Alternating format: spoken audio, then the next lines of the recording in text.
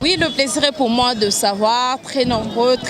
à suivre. Toujours CL News TV, mon PPA Sika, de Christelle Arose, Mamouliranoum de la presse congolaise, que je dis bonjour là où elle nous suit. Merci beaucoup à Air Max, merci beaucoup à Golom Mayala, merci Nebulino Sobozara, vraiment Ebele, pour la Kolanda Biso, toujours de partout dans le monde entier. Les lots sous tous à Suna Sangoma Wayako, pour annoncer les téléspectateurs Nabiso Sobalingarabiso que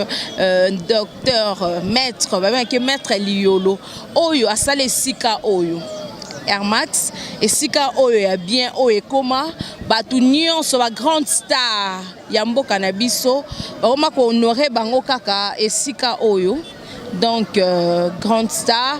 Et si que grande star, mutuso sali combo so ba komi komono awate, c'est que vraiment aux vraiment artistes mais à travers cette œuvre ici notre maître Iolo Oyo a démontré qu'il n'a pas monde entier mais et puis ça buzz et puis ça gaz et comment na kin so ba kunzi yoto obokufi ba Komio awate donc eza vraiment eloko mo ya tristesse tomoni que bakunda batu nyonso tomoni ba Edige Lusamba ba 2005 baladi chante ba Pierre Basikita ba Kabasele Ampagna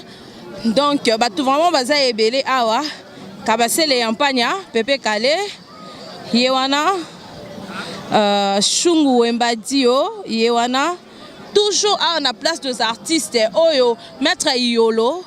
Oya Tikibiso na âge ya 82 ans yemuta sala eloko bacha la victoire na 4 ya victoire o bacha loboko ana ba bengo place des artistes donc et ça la passi mais ba œuvre Oyo ezolo ba na place na ye ba to ebele to ebite so ba ebie parce que na kin ba to ebele batala ka eloko ba ebi kin qui est docteur Iliolo Baebiete. C'est un grand comme un grand abisso, un artiste au batanga ba Beaux-Arts plutôt ba yebi, académie de Beaux-Arts. Bayebi ba œuvre na bangonde ba sala ngonga za je suis pas du domaine en fait non yeba vraiment mingi té ba benga nini tout ça comprenez-moi maintenant tu veux rendre hommage na kata we sika yango to laxim non place ya munene o ba benga na combo ya place des artistes oyo maître Iolo wa Tikibiso le 1er avril jour ya lokuta o ba ko sarabatu mais biso to yebite ba ko sibiso to ya solo mais ça vraiment réel, Christelle Mamou, ils sont réel. Donc, tout ça, c'est moi d'interview, Kinoz, peut-être tu retournes à Mitoune et puis on se retrouve juste après. Bonjour papa. Oui, bonjour maman. Oui, les lots, tu as visité place des artistes, même tu as ça et Keko Obomona. Oui, bien. Ah, monument au Tozanango, statue à maître Franco eza nsima biso wana eza créé na maître Liolo ah fia tiki biso message nini ba œuvre na ezoloba na place to olobani bon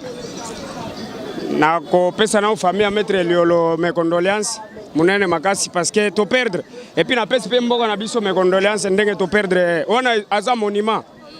parce que ba œuvre ya salle na mboka na biso soto ke na gare centrale ba œuvre na e awa par-ci par-là toza ba œuvre na e na nini ba fikini wana bon na ko féliciter pe ye ndenga za malgré akufi lelo na féliciter parce que atiki akufi mais azakaka po toyebi ke tango asala nini Franco awa azalaki na ba obaza isima na e ba participer na boulot wana tel que Liolo le fils azawana ah, c'est que tu perdrais, mais tu as gagné. Place aux artistes, place aux équipes, ceux que tu as starté, est-ce que vraiment comme on est comme normalement, ils ont des conditions, ils ont que au téléphone, ba téléphone, oega o kombo na yo kotia o sala nini malgré ngana o kanga photo mais ce qui n'a marqué est vraiment na mboka te kombo na ngai okota te tel que tous un exemple à mettre photo pao à Koufa il fit un photographe non mais bakoti sa kombo na siko asala nini po kombo na yo kota po eza place des artistes mais tomoni tel que ba Cardin Malula Karine Malula kombo na eza awa mais aka musicien te azaka muto ya théâtre te mais azalaki écrivain kombo na ekota awa so comprendre ba biloko toza na ba tel que ba bon bazaka ebele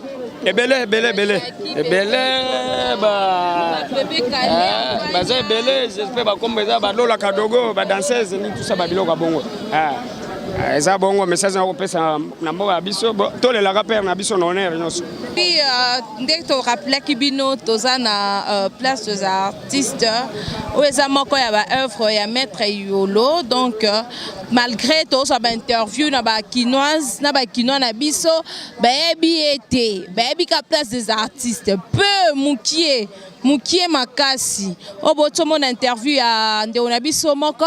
bato mukie kaka ba ebi ba ya ka place des artistes tanga ba oyeba te que il y a un grand homme oyo atiki biso yé mutu a sali que tout le monde a place oyo tant tout le monde a place auto se souvenir directement na maître Yolo oyo abelaki mingi vraiment abelaki mais attiré révérente nae mukona lelo le 1er avril mokolo ya lokuta